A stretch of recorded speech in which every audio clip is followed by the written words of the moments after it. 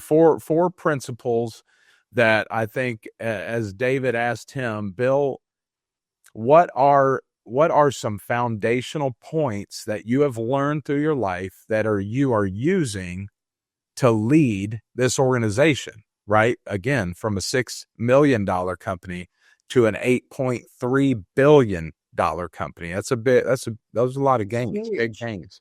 So to kick that off, we'll talk about Bill's first point that he referenced that he really learned as a child that still holds true to him today.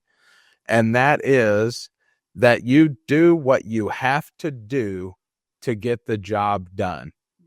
So again, we are all about simplicity, and simple things go a long way when they're done and executed properly, right? So it sounds easy. Do what you got to do to get it done. We've used a word in our business, I know, Lindsey, a lot, resourcefulness. We've said a key to success in our business has been resourcefulness. So I wanted to put some context and really define what resourcefulness means. And resourcefulness by Webster is the ability to find clever ways to overcome difficulties. So as Lindsey and I were talking about this, it was like, yes, we have our system, you have our process, and if the playbook works out right, you just run the play and everything falls in line and everything's perfect.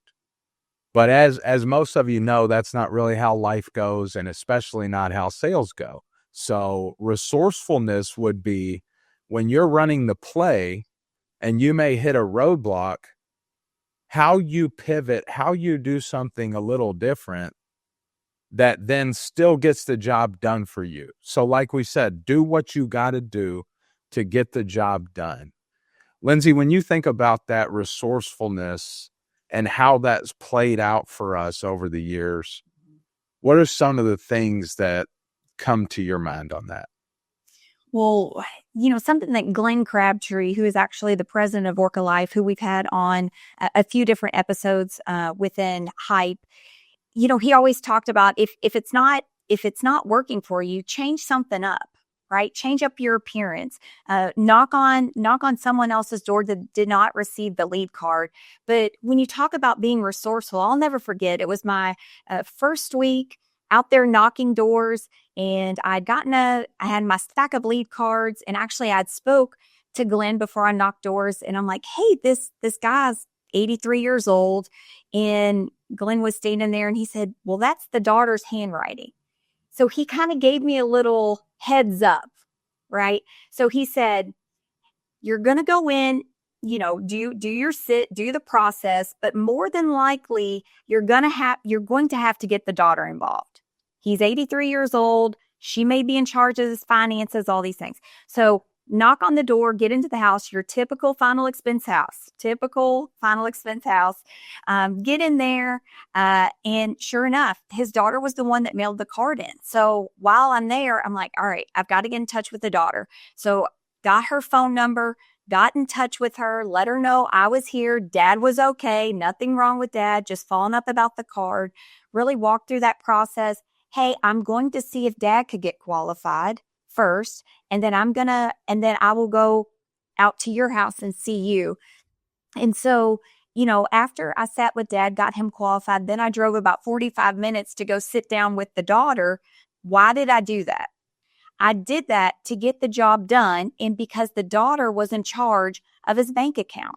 She was the one that was concerned to ensure that he had a benefit at the time of his passing, right? Because she was going to be in charge of all of it.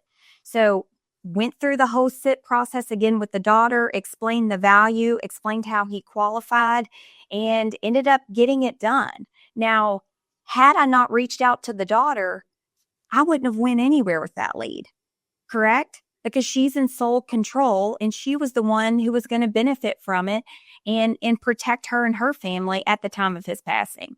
So, when you talk about being resourceful, that is one of the ways, and especially in sales, David, and especially in final expense, being resourceful, there's more than one way to skin a cat, right? And sometimes you just have to look. We are in Kentucky, folks. Sometimes you just have to look, okay, how else can I get this done? And if you like that clip, make sure to like and subscribe to more of our content.